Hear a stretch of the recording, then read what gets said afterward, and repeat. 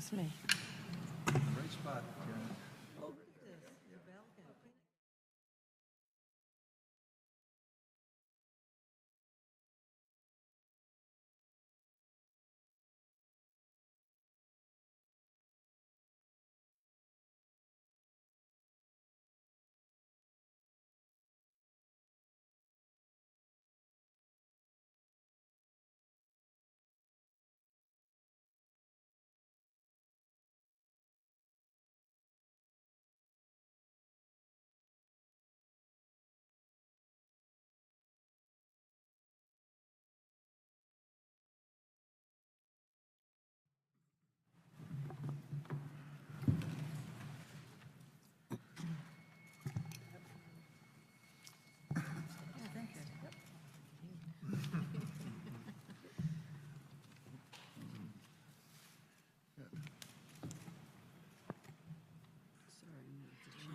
As it turns out.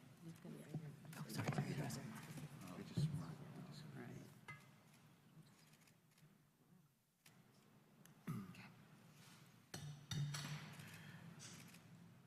But a rooftop garden that needs, my gutter needs help too.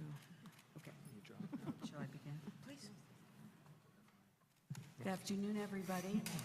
Thank you for being with us. My name is Anne Finucane, and I have the pleasure of speaking with each of these governors and premiers that are here with us today. So thank you all for being here today. We appreciate it. And this is like a lightning round. I'm going to be asking questions, and each of these very important individuals will be answering them hopefully in 2 or 3 minutes so that we can get through this and the press can ask questions of their own. But listen, this has been going on this morning in closed-door sessions, and in light of what we understand are ongoing conversations and negotiations around tariffs and more, we're going to use this time to ask our questions on the perspective of our important individuals and elected officials, whether it is lost revenue or rising prices on both sides of the border. Many of you have made statements about the detrimental effects of rising tariffs, and perhaps the G7 will create some new clarity, but until then, we will still have the situation of rising tariffs being a difficult situation, particularly for those of us in the Northeast where Canada is our #1 trading partner. And in the case of New York, it's one of the top 2 or 3 trading partners with Canada writ large. So with that in mind, and given that we have so little time, I will begin with you, Governor Healey, if I may. One of the strengths of our Commonwealth's economy is the healthcare industry, and including whether we're talking about medical research, our academic institutions, our universities, our medical instruments and pharmaceuticals, certainly biotech. These are all incredibly important to this region, and it's also a piece of our export. Further to that, and maybe to complicate it more, those that are so committed to the STEM fields, and presumably many are from Canada, who will not be able to come into our country to go to our universities, to attend them, to graduate, and become the future scientists of tomorrow. So with those twin headwinds, I wonder what you might think about that and how you're addressing it. Well, I think you're right to talk about it as a double whammy, and I'd add a third leg to that stool. What is happening right now with the imposition of tariffs on Canadian products, it's actually disrupting our supply chain here. Tomorrow, or today actually, we open the International Bio Convention. People are coming from all around the world to Massachusetts because we're recognized as a global hub for life sciences. That doesn't happen by accident. It happens because of years of investment, partnership, including international partnerships and trade partnerships that span the globe, and certainly cross between the United States and Canada. Because of tariffs, we're seeing disruptions in supply chains to things that actually make that industry go here in Massachusetts. testing devices, testing equipment, sensors, stents, all sorts of technologies that are used in this space have been directly impacted because of tariffs specific to Canada. So that is a problem. The other problem is the personnel part of this. We have nearly 2,400 folks who come from Canada to study in Massachusetts every single year. Think about the postdocs, the junior faculty in our research institutions, from the Broad to Dana-Farber to Boston Children's Hospital, across our teaching hospitals and academic medical centers, as well as our medical schools. I think about the biotech companies here. We have 18 of the 20 top biotech companies in the world in Massachusetts, and there is such an important relationship between our international folks who come here to study here, to research here, by the way, to incubate here, to win Nobel Prizes here, to start companies here. And the fact is, nearly half of the companies in America are started by folks who are foreign-born. And so this relationship between our Canadian allies and friends is definitely impacted, and we want to do all that we can in sending this message that in the Northeast and New York, we are committed to maintaining those important ties that exist, particularly when it comes to health and life sciences, because you asked specifically about that, but it is much, much broader. It is indeed. Well, thank you, Governor. Governor Hochul, if you would, obviously New York is very important to Canada. Canada is very important to New York. What actions can we take to increase the transmission ties between our region and enable greater opportunities for cross-border trading in a variety of energy sources, given energy is so important to both sides of the border? Thank you for the question. First of all, thank you to Governor Maura Healey for inviting us here to the beautiful Massachusetts State House and convening the Northeastern governors as well as the Eastern Canadian premiers and representatives. It's an important conversation, and perhaps it should have started at the outset, because we're reminding ourselves of the shared interest, the common bond that exists between all of us. It's not just the tourism or the industries that the governor just spoke of. It's just our neighbors. I mean, these are relationships that have now been damaged because of rhetoric out of Washington, as well as tariffs, which, how do you spell tariff? It is nothing more than a TAX tax. And Americans need to know that this is a tax on everything they buy, and it hurts our competitiveness, and we stand to lose hundreds of thousands of jobs if these truly go into effect as envisioned. So I always want to call out what this is all about, as well as condemning the insults to our Canadian friends. We want them to come back to our country, but we understand the anger that they feel. But I'm worried about families in New York State and the additional costs that they're going to spend on everything, including energy. Energy is now becoming a huge cost driver for our homes, and we have great relationships. We're talking, we have, next year we'll power over 1 million homes with hydroelectric power from Quebec. That starts because you have a friendship, a relationship of trust, and I'm very excited about announcing that. I launched it in my very first days as governor. The electric grid is so important because we're bringing Micron, we're bringing semiconductor manufacturers, we're bringing artificial intelligence companies that are going to be huge consumers of power, and I want to make sure that we continue being as competitive as we can, but we have to use that. And Canada has been a friend of ours in providing this. So I don't want any more rhetoric, tariffs, or anything that's going to set our relationship further back than it already has been. Now it's time to start healing and having our own individual relationships between New York, our own states, and the various provinces to secure our energy future, regardless of what happens in Washington. We have to operate as independent actors in this space and think of ourselves, because clearly Washington is not. And I apologize, I have to get back to the great state of New York because it's always complicated. Something's always something. Thank you very much. Thanks for being with us, Governor. Thank you, Beth. Thank you. Okay, Premier Ford, if I may. Ontario is the largest province trading partner with the USA. You're incredibly important to us, and I hope we're incredibly important to you. You recently unveiled your vision for a Fortress AMCAN, a renewed strategic alliance between the U.S. and Canada. Can you tell us a bit about that and what your goals are for it?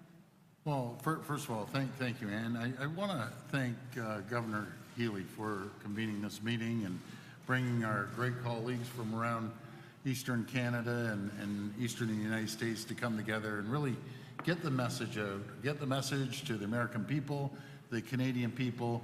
We're the closest friends and allies and always will be. And it goes back to my message regarding the AmCan fortress, the American-Canadian fortress. You put a ring around Canada and the U.S., we'll be the strongest, the wealthiest, the most prosperous regions anywhere in the world. I always say, Canada isn't the problem, neither is the U.S. China is the single problem. They've cut off the U.S. for any critical minerals that they want to use for either technology, aerospace, or military use. Ontario has more critical minerals than anywhere in the entire world. And who do I want to send them to? I want to send them to our closest friends and allies. I've said over and over again, I love Americans, I love the U.S., but Canadians love Americans. And I know Americans love Canadians. And the rhetoric that we've been hearing out of the president is unfortunate. We want to continue to grow our relationship, give certainty to the world that the U.S. and Canada is open for business. They're really, leaders around the world that I've talked to are dumbfounded. They've stopped, took a few steps back and said, I can't believe the president's going after your country. And we're in disbelief too.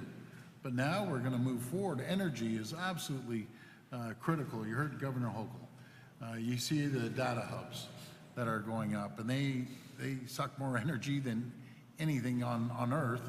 And where are you going to get your energy? Hopefully from Quebec, from New Brunswick, from Ontario. We keep the lights on and businesses going to 1.5 million homes and businesses. We're leaders in the small modular reactors around the world in the G7. We're leaders in nuclear energy, which is clean, green, reliable, cost-effective energy. And I invite every single governor, every single senator, congressperson, come up to Ontario. It's an hour away. In some cases, it's probably half an hour, and see our technology at the Ontario Power Generation. The ironic thing is, Governor, as I was mentioning, it's American companies that are helping us. General Electric, Tennessee Valley Authority, and the Ontario Power Generation, working collaboratively together to take on the world. That's what we need to do. We have to start focusing on working together. And I always say, united we stand, divided we fall.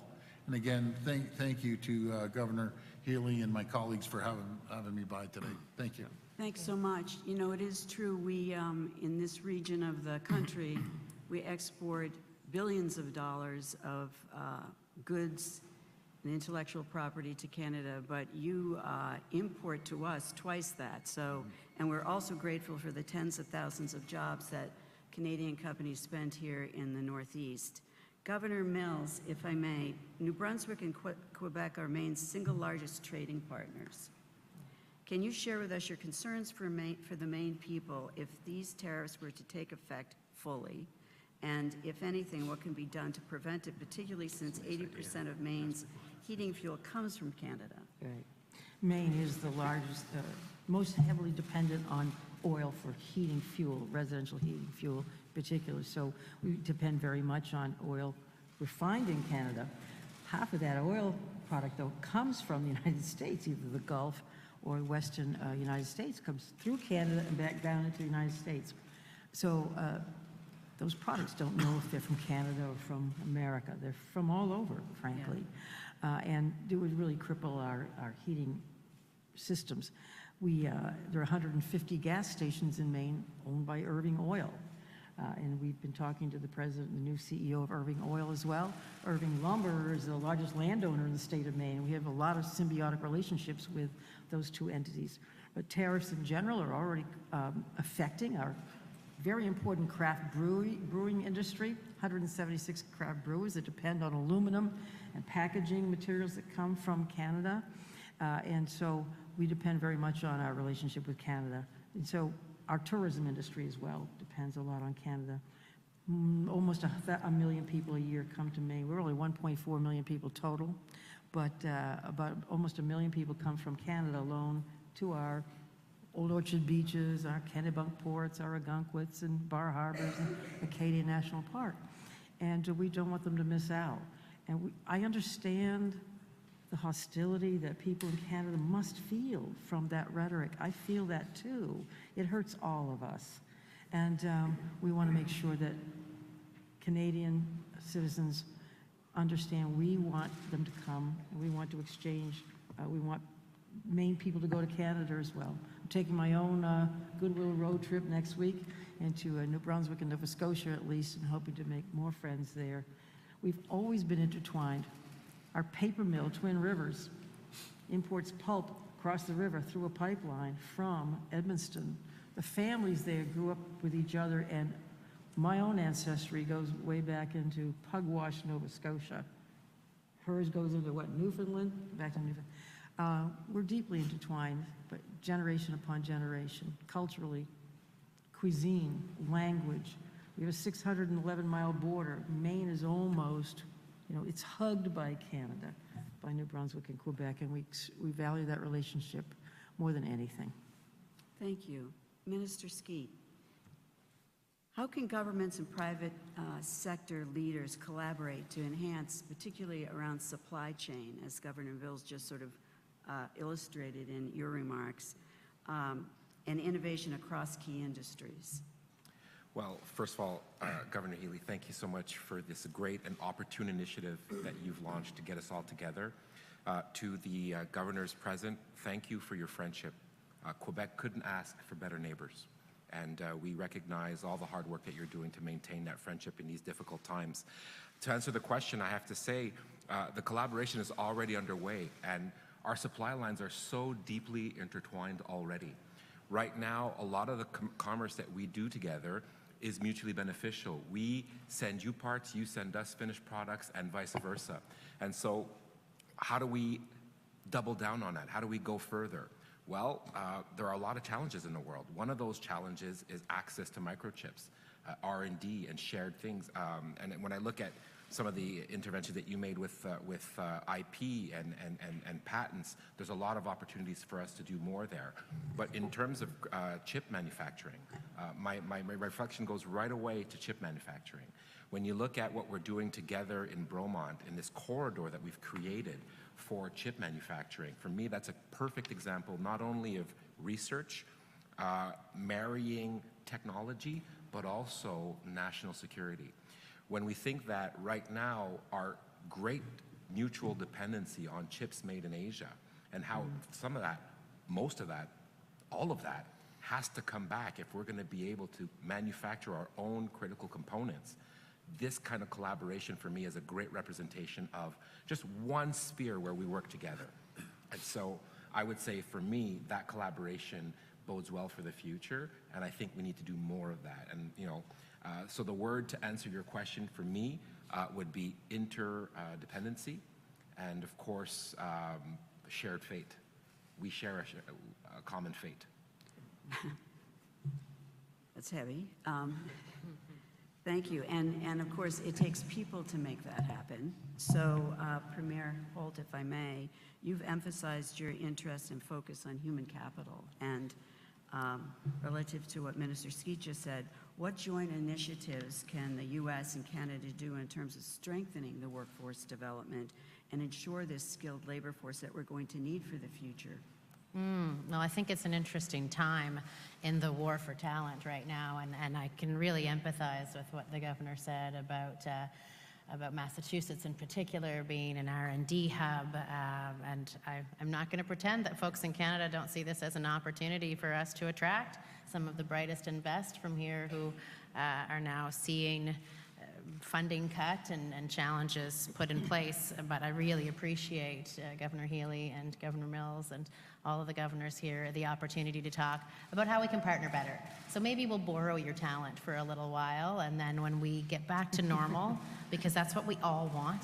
We all want to get back to the normal relationship of Canada and the US being best friends, great neighbors, and working for the mutual benefit of our societies, whether that's economically or with research or and social initiatives.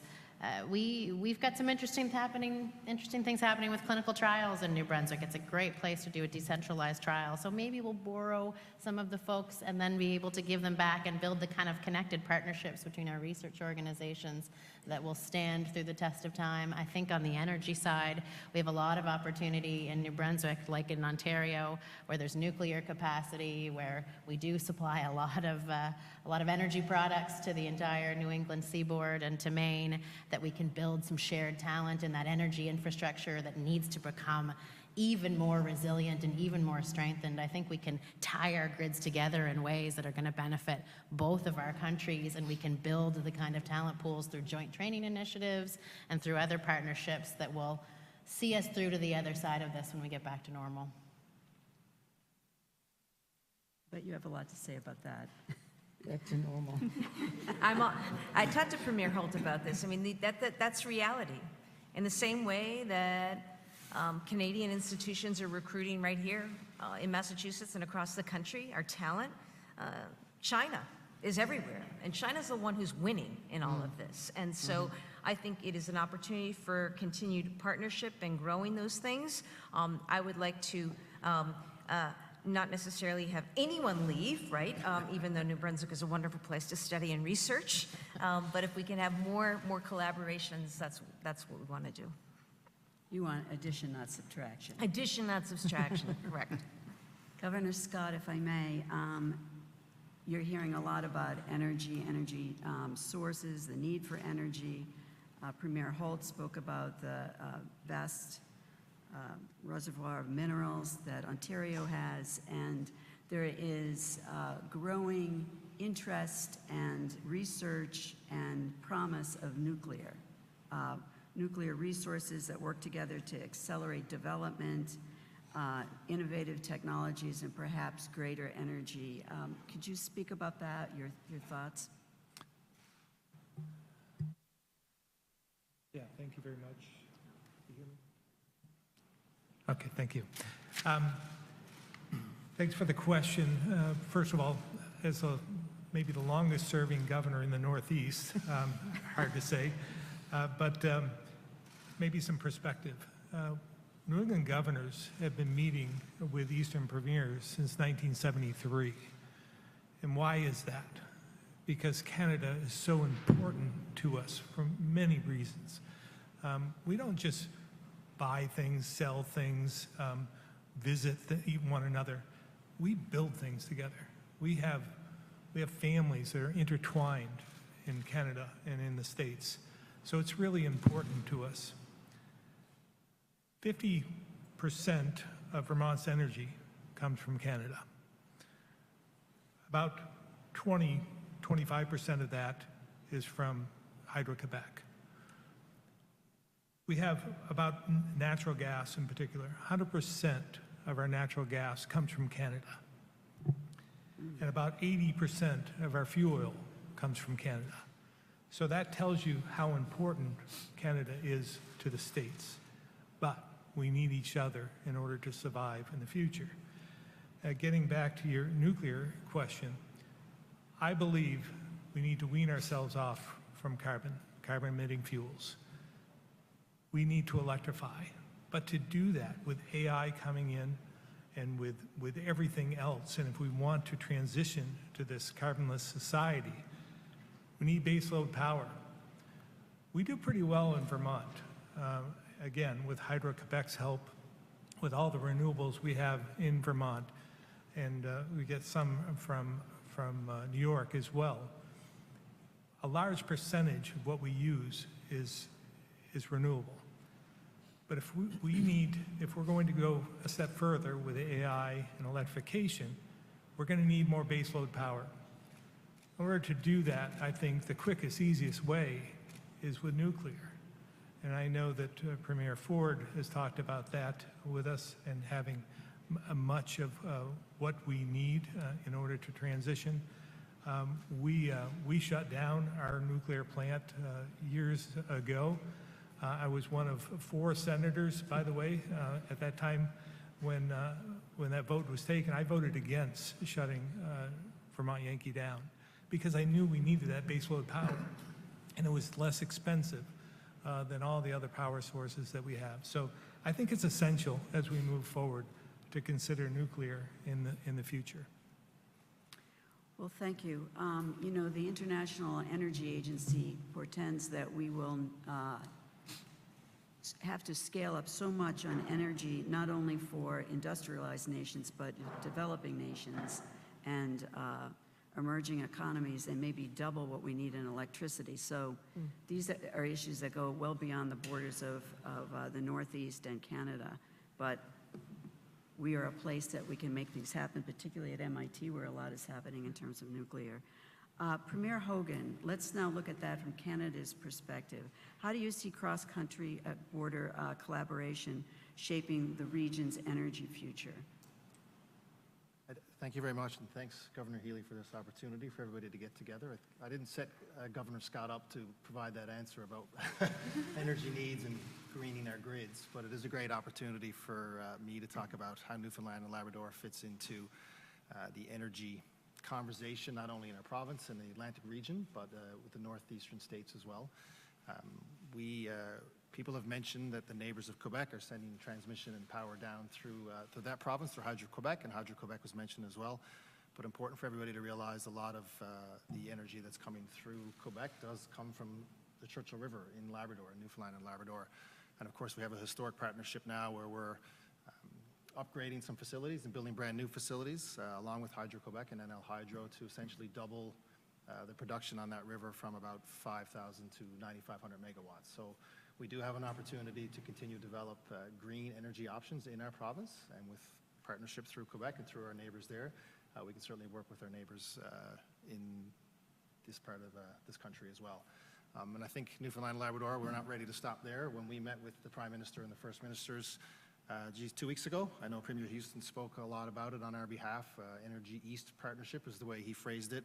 And if we can get together in the Atlantic region and develop energy opportunities, I don't think we should stop there. We can continue to go down into this part of the country as well. We all have different opportunities in terms of transmission and generation assets that we can contribute to such a partnership.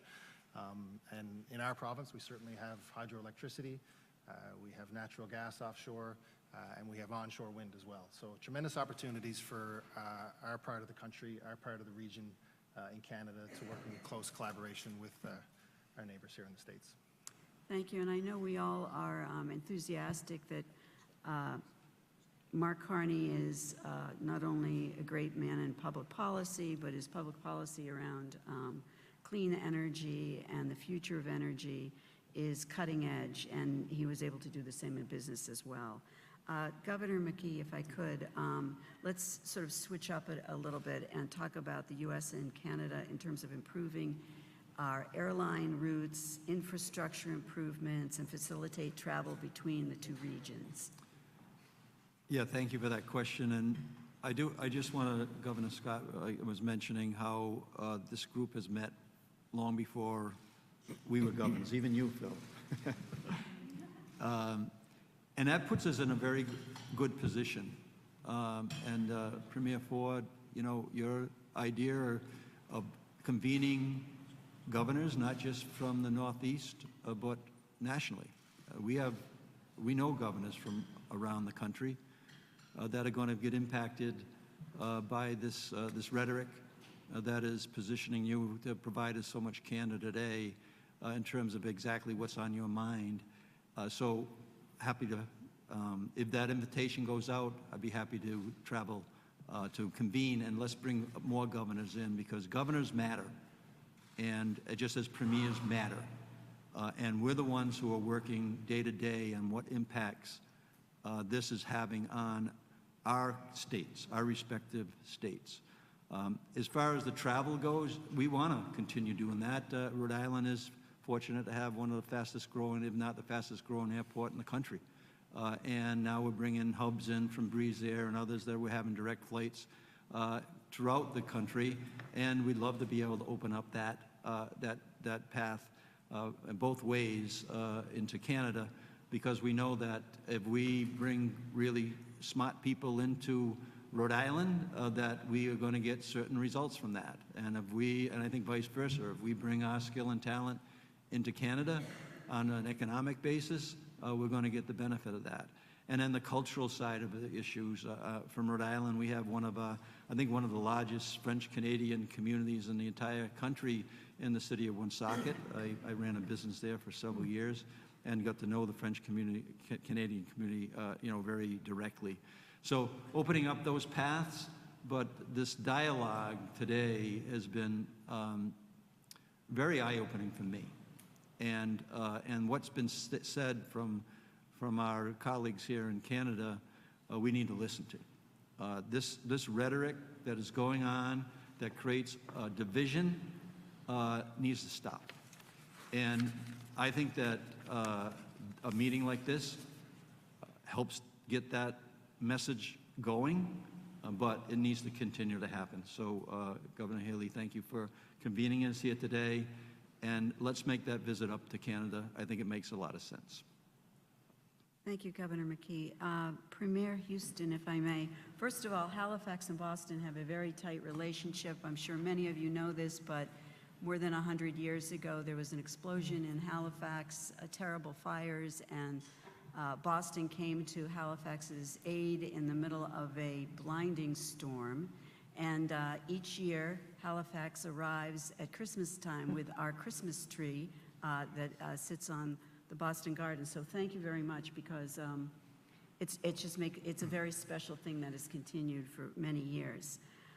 Nonetheless, there are parts of Canada that have taken actions to really reduce the American product on your shelves. We need you to keep putting our products on your shelves. So as states and provinces pursue major investments in new energy, which we've been talking about here, and grid infrastructure, how can we collaborate to reduce those costs to consumers, promote energy affordability, and try to work through some of these issues? Well, thank you so much. And that's the relationship between Halifax and Nova Scotia and Boston and Massachusetts is so important to us. We do send that Christmas tree every year as a reminder that we don't forget the kindness that was shown to us in an incredible time of need. So that's a tradition that continues and will continue, because it's all about relationships and friendships. And thank you, Governor Healey, for pulling us together today and letting us look each other in the eye. Remember, we are friends. We have a long-standing relationship. And even today, I was very pleased to hear about Governor Mills's roots back in Pugwash, Nova Scotia. We're claiming you as a Nova Scotian now, too. Okay. So I was happy to hear that. But look, everyone around this table is trying to deal with a situation that was thrust upon us. Nobody here created this situation. It's created this divide between our countries, and Canadians, when they hear the talk of the 51st state stuff, we're pretty ticked off about that. It kind of makes us really upset. So, but when we get together and talk about what's possible and how do we move forward, that's the stuff that we should focus on. And look, as we try to govern, we're all trying to deal with certain issues in housing and healthcare and energy, for sure. And I think energy is a place where we could collaborate together for the benefit of all of our citizens. In the Nova Scotia offshore, we have incredible wind speeds. It blows a lot. The water depths are good. The potential is so strong. And Canada as a country has 0 offshore wind farms. And we want to build the first one in Nova Scotia. And we could generate a lot of energy there. We think over 66 gigawatts in the first instance. We have a big need for that in Nova Scotia as we will consume more. My colleagues across Atlantic Canada have big needs. We're talking about investments in transmission to support each other. That energy is needed in New England as well, for sure. And it's clean, it's reliable, it's stable, and it's what we're all looking for. So there's all kinds of opportunity to collaborate on cost sharing on that, on research to get the cost down, to make sure it's a more mature industry that benefits citizens. But I think my main takeaway from this today is there's definitely things that we can't address. Like there's just certain things that are outside of our control. We can't control what people tweet in the middle of the night. But there are things that are within our control, and that's where we should work together. And I think energy and research and just always put in the citizen first. That's something we can do, And so today's been kind of a good reminder for me about, the quality of the people and the relationships that we have and the possibilities. So I appreciate Governor Healey pulling us together today. Thank you. Thank you, Premier. Commissioner Dykes, if I could, we've been talking a lot about energy trading, the need for energy. Connecticut has a big interest in transportation, aircraft, et cetera. Can you talk a little bit about your thinking on cross-border energy trading, but sort of in light of transportation being so energy dependent? Well, thank you so much. I'm honored to be here on behalf of Governor Lamont. He's attending the Paris Air Show with a delegation of business leaders from our state. Our aerospace industry is a really important aspect of our economy, and we know that that's also important to our trade with Canada, which is our largest trading partner. And we are, in our state, Governor Lamont is very focused on energy affordability and having a reliable grid. And our path towards that goal is critical towards supporting economic growth, including in manufacturing, and helping to bring down the cost of energy for our citizens.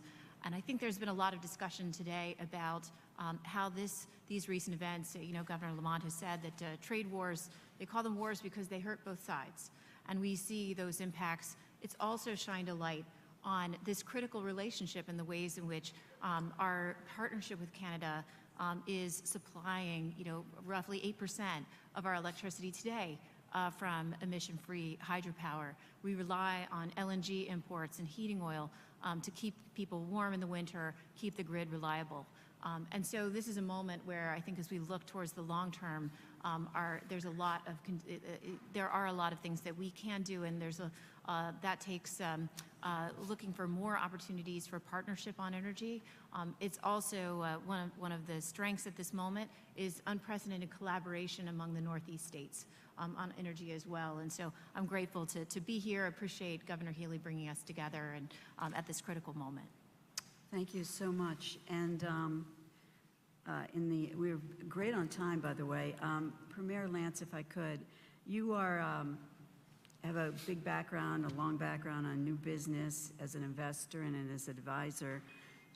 So rather than talk about what the challenges we are having between our countries in terms of reduced revenue or rising energy prices, could you maybe talk a little bit about joint strategies we could implement to attract foreign direct investment and support these emerging industries that benefit for both regions? Yeah, thank you very much, and I'm glad to hear that there's unprecedented collaboration in the Northeast states on the energy file, because that's something I would say that's happening across Canada and in particular in our Atlantic region, just based on the circumstances that have been forced upon us. Some of you may or may not know that this whole trade situation really brought to light a situation in our country. It made us realize that trade even between our provinces in Canada is not as efficient as it should be. There's a lot of regulatory barriers to the movement of goods and services and labor mobility. And this has forced us to collaborate very closely to work on dropping those trade barriers in light of the barriers that are now in place between our countries. So there has been a lot of regional cooperation, and I think that's where we can cooperate with our friends and colleagues here in the Northeast United States on a regional approach to many of the challenges we face and on economic development and strategic priorities. So there's many examples in Canada at this time between our provinces, but just in our region I would use, I am here, of course, for this meeting of governors and premiers, but I'm also here representing my province at the BIO conference, which is an important sector for our small province, Prince Edward Island, and we're here, of course, to grow that sector. But there's examples of cooperation in our region For instance, one of the larger companies in Prince Edward Island, BioVectra, we cooperated with Nova Scotia to incentivize investment in both of our provinces. You know, as leaders of distinct jurisdictions, we often look at a zero-sum game of investment in our own provinces, but when we take a regional approach, we all win. And I think when we talk about regional approaches, we need to talk about the entire Eastern Seaboard. So you've heard today about the Eastern Energy Partnership, which is what Mark Carney has started a discussion about nation-building projects or projects of national interest in Canada. So we, as a region, have come together to propose large projects in partnership with each other to build an energy infrastructure that would then attract private investment in energy capacity. So I'd also like to point out that Mark Carney has recently promised to meet the NATO target of 2% of GDP spending on defense recently, so by March, which I think is ambitious, but that's something that we should be putting our mind to on a regional approach so that we can benefit from that type of spending in Prince Edward Island. We've got an aerospace industry, which we would like to get a piece of that defense spending, and I think that we need to be looking at that on a regional approach, not just in Atlantic Canada, but the entire Eastern Seaboard. So there's many opportunities, I think, that in forums like this we should be discussing, and when we get past eventually this situation we're in now, those opportunities will become more apparent and a real opportunity for all of us. Thank you very much. Well, you've heard the themes here today.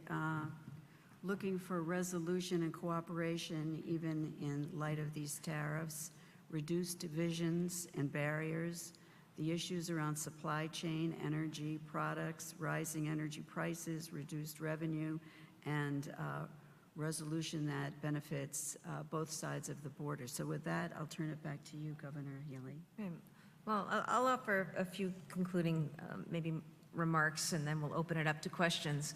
You know, this convening came about a while ago. Governor Mills and I were having a conversation shortly after President Trump announced tariffs, and we thought it was very important, recognizing the very serious consequence of that move, to bring together our colleagues in the New England states and also New York, together with Canadian premiers. The relationship between the United States and Canada is so deep, and the relationship between this region of our country, the Northeast, and Canada is deep. Relationships familial, cultural, economic, and so much more.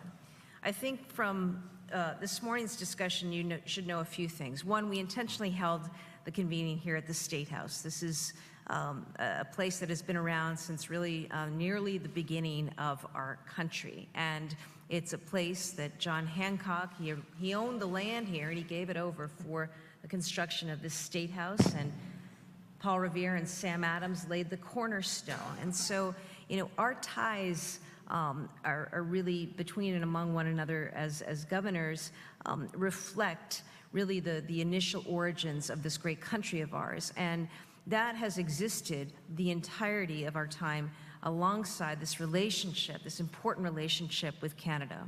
We talked this morning. It is no doubt the case that this has been tested, not between and among the relationship that we have with one another. We're colleagues who have great respect for one another, but it's a challenging time. I think across the board, we could all say that our tourism numbers, for example, are down anywhere between 20% and 60% in all of our states. We have seen serious impacts and disruption to the supply chain. We have seen impacts that you can't quite put a price on, but are real. Concerns about traveling to the United States and safety. Concerns about traveling to the United States and what might happen in terms of border activity. Concerns about investing here because of the federal government's move away from investments in science and research. And real acknowledgement that while we are dear friends and allies, we all need to take care of our own and ourselves. And For the first time, we know that our friends to the north, some of them are exploring partnerships with other countries, and that never would have been contemplated were it not for what was necessitated as a result of President Trump's actions. The positive, though, was that we had a lot of conversations about what we can do, including continuing by what we're doing today to show that the Northeast is open for business, we're open for trade, we value and respect our Canadian neighbors and their businesses. We look for continued ways we may invest in one another and support one another. We also had real conversations about things like energy. And while we need to work through this moment of tariffs and uncertainty, and we'll see what today yields in Alberta, we are going to be left with standing needs, including, for example, a tremendous need for energy in our region. And there is an opportunity for new partnerships. We talked a great deal, not just about Premier Ford and nuclear. We talked about a range of energy options and partnerships that we want to explore bilateral that will help all of us, I believe the provinces as well as the states. That is something positive. New ways we can think about trade and investments. So, it was a sobering discussion this morning, an important discussion this morning, a continued discussion for sure, and I am grateful to my colleagues, governors, for your presence here today. I am very grateful to the premiers for traveling to Massachusetts for this discussion, and I think from this we expect to have more meetings, more discussions, and more activity. The last thing I'll say is there was an urgency to our discussion.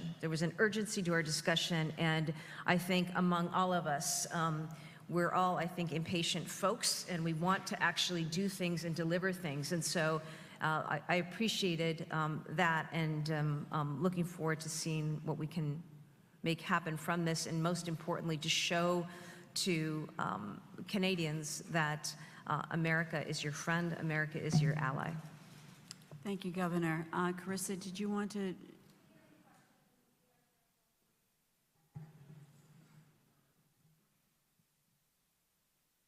Hi, Mike Crawley from CBC News in Toronto. Question for the governors. Governor Healey, you mentioned how significantly tourism is down in your states. I wondered if any of you could talk a little bit about, make that more tangible. What's it actually look like? Like how exactly your tourism industries are being affected? And also, is there any sort of message to Canadians who don't really want to come to the States? They don't want to cross the border. Sure, I can take that. Look, our tourism between February and April is down about 26%. Talking to local businesses up and down the coast in particular, reservations have been canceled. And some of these relationships go back a long time. I talked to one business owner who's been in business, his family had been in business since 1677, a local B&B.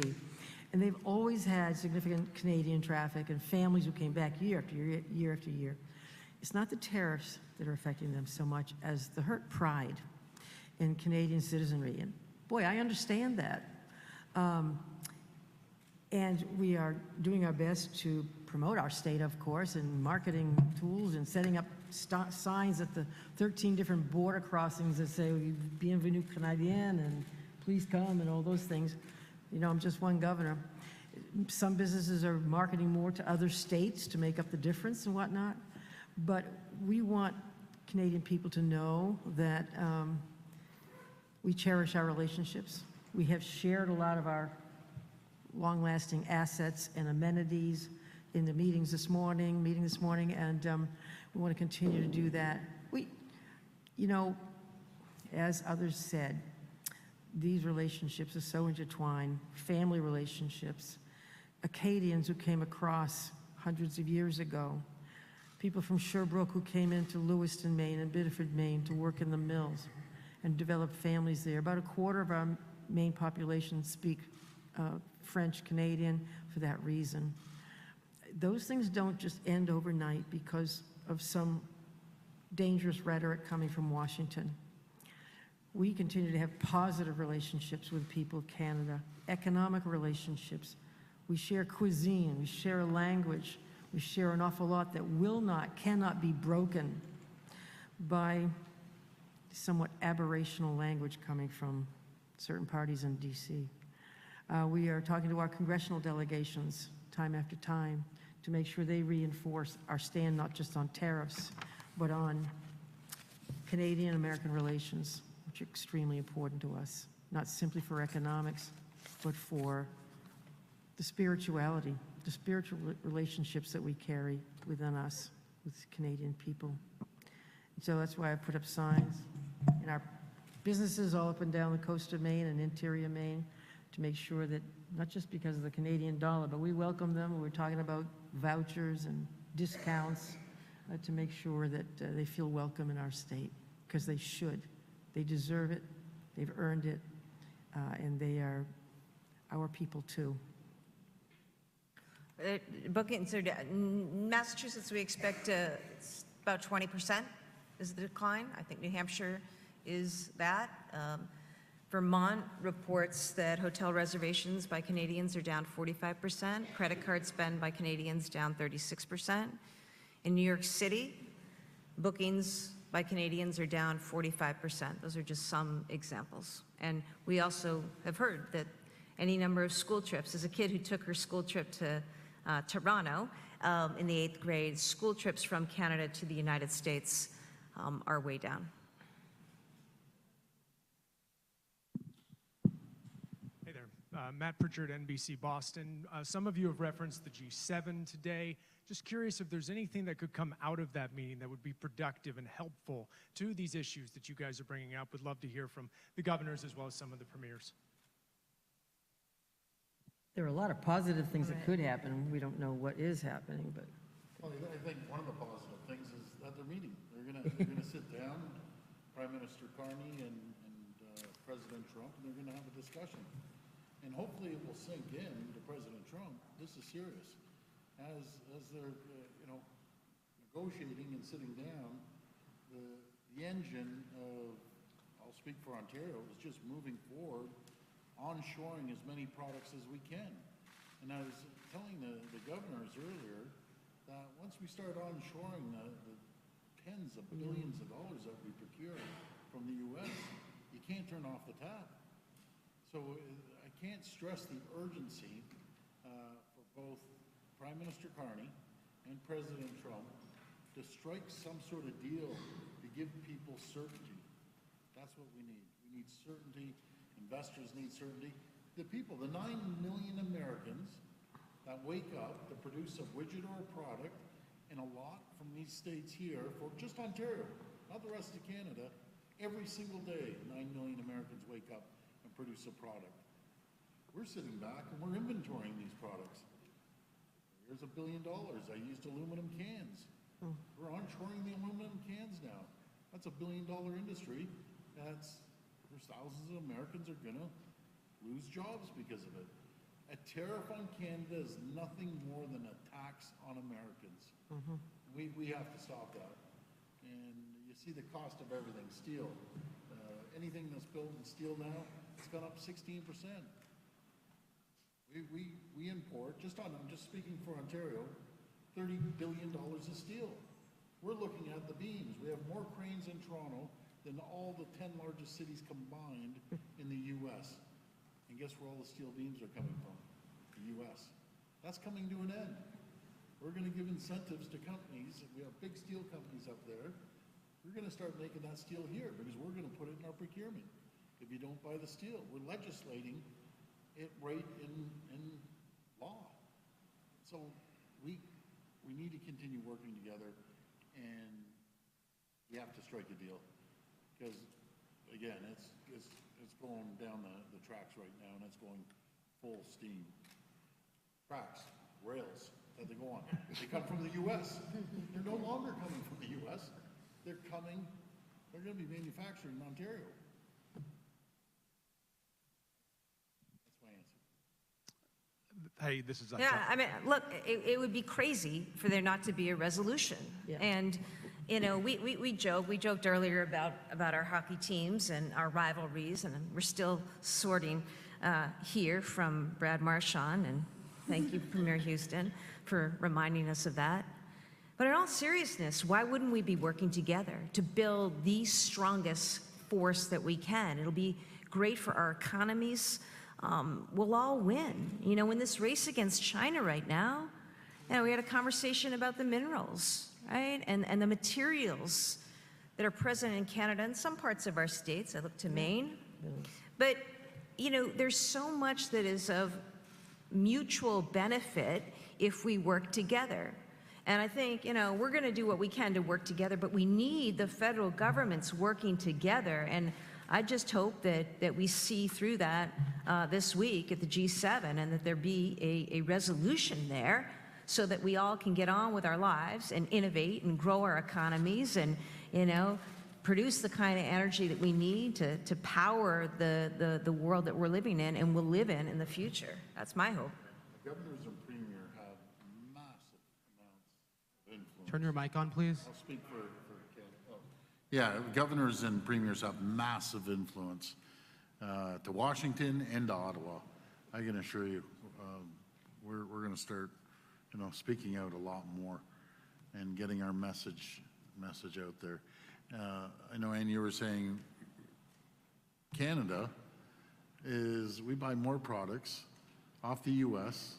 than China, Mexico, Japan, Germany, and the U.K. combined. And vice versa. The U.S. is our #1 customer. But we got to build that AmCan fortress. And I just want to correct the record because it drives me crazy that we buy twice as, no, that's not the case. Let's take the 1.4 billion barrels of oil that the U.S. needs, that gets for a discount, then they upsell it and make a ton of money. That's here nor there. But we are going to start building pipelines to divert it around the world, and saying that, take that off the balance sheet because it's oil that you need. You have close to a $50 billion surplus with Canada. That's the number that's not being spoken to accurately out there. Those are the facts. That's the truth. Simple as that. Thank you. For Premier Ford and the other premiers, if I may, a lot of talk about tourism today, how vital that is to this part of the country, our country. Would you encourage Canadians to come to America, spend dollars here this summer as tourists, or should they send a message to President Trump by not coming to America and staying away from our country? What say you? I would first say, travel around Canada. Come to Ontario. It's massive. It's twice the size of Texas. But I've always said, and I love the U.S., I love the Americans, all Canadians do, I'd never stop people from coming down here. There's a tremendous amount of people that live down here that are Canadians and vice versa. Tremendous amount of, there's actually $30 billion of real estate just in Florida that Canadians own. Not to mention how many people come right here to Boston and New York City. Life science sector is massive in the province of Ontario. Matter of fact, I'm going to see a Canadian company later today for a tour. But we're so intertwined. Our supply chains are so intertwined, similar to the auto sector, parts going back and forth 6, 8 times before it gets assembled. We need to get through this, and we need to we're stronger together. And keep an eye on China.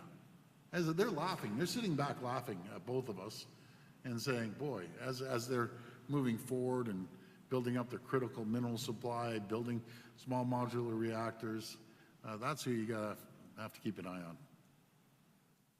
If I could add, it's challenging for us to hear from our fellow colleagues that they're seeing a massive drop in tourism. And we know that means that somebody who's working at Hampton Beach like Governor Healey used to might be losing their job, or that all of that, was a 36% decrease in spend in New York. That means people in the US are losing their jobs in tourism. And we don't like to hear that, but what we want to say to them is, you got to make noise. You got to tell your leader that this is hurting the American economy, that this is hurting jobs in the US. Canadians can't pass that message for you. We need Americans to look around and see that the people who get up every morning and are making a part that goes across the border and then comes back, or the fishermen in Maine who are catching a lobster that's getting processed in New Brunswick and then coming back, that those jobs are at risk, that this tax has hurt the American economy and the American people. And we need Americans to pass that message up through, and hopefully we'll have two open ears that will hear it and realize that the best relationship between our two countries is one of free, fair, and open trade. But I can't tell Canadians to come visit the US right now. I'm going to tell them to go and see my neighbors in Nova Scotia. I'm going to tell them to spend some time at home because the relationship has been challenged by leadership, and we need to get back to normal. That's what we all want. Normal and better. Normal and strengthened ties, because the threat from China is real. We have the minerals, we have the products, we are close neighbors. Our economies are so integrated that when an American loses their job in tourism, that's going to have a ripple effect on Canada. We don't want that. But we need a certain person to hear that this is hurting jobs for Americans and hurting their economy. And so we've got to ask the American tourism workers to make that clear and to speak up. Last question. Greg Ryan from Bloomberg. Is there any concrete agreement that will be coming out of this summit, or any concrete actions you plan to take as a result? Yes. We're going to take back the conversations that we had today. I mentioned energy. For example, a year ago, we all came together and we talked about ways that we could better partner on energy, both procurement of energy, the building out of transmission, and the infrastructure that we need to provide more energy independence to all of us. And there's work to do to continue on that we talked about some today. The work around trade, obviously we're limited as individual provinces and states to a certain extent around some of this, which is why we need action out of G7. But I think we're going to commit to work on ways to ensure a better flow of trade and a sustained flow of activity that will mitigate against some of the disruption to the supply chain that we've seen. Around tourism, we are committed to marketing the Northeast as a great destination for Canadians to come and visit, still in this time. And that's work we need to do on our part. And we're going to continue to talk about, I think, you'll see the messaging and the continued education of the public about what this relationship means, how important it is. It's also the case, as important as Canada is to the United States, for all that Canada provides to us, the United States also provides a tremendous set of consumers, and we all benefit from this. And so, I think that as leaders, we're going to take this back, and I expect good things to come from us, concrete things, but also, hopefully we're sending a message today to our friends in Canada and to others across the United States that we are open for business. We want to continue with a relationship that has stood us well for decades now, and that's what we're committed to doing. Let me just say, if I may, that some of us, we all shared the sentiment earlier, I think, that Canada and Canadians do not deserve the expressions of disrespect that they're receiving. We honor our Canadian friends and neighbors and relationships. We remember, and the powers that be should remember, that it was the Canadian embassy that saved the lives of American diplomats during the Iran hostage affair in 1980. It was Canadian communities in Garner, Newfoundland, who welcomed thousands of stranded passengers after 9/11, many of them American citizens who were terrified of what was going on and found hospitality with a capital H during that horrendous time. It was Canadian troops that stood up before American troops did in World War I, World War II, Korea, Afghanistan. They stood by us and stood with us in times of peace and times of war, and we need to stand up for them now.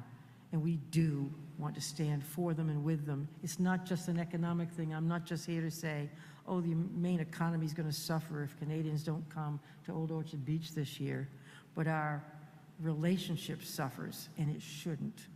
And we do respect Canadians and the country, the sovereign country of Canada. Well, thank you, Governor Mills and Governor Healey. I'll tell you one thing. We all share the same values, and we all want the same end game, is to build our trade, fair and free trade. And we look forward to getting it done. And this is a great voice. Again, I want to thank Governor Healey, all the governors and premiers for attending. If we didn't feel this is very concerning, we all wouldn't have flown in here. And this shows unity. And I can tell you, after our talk and we build relationships, we're all united here. We are all united, all from different political stripes, by the way, in different countries, but as one united voice that we're speaking from, saying, let's get a deal. But thank you. God bless America. God bless Canada, and we'll get it done. Thank you. Thank you all. Good.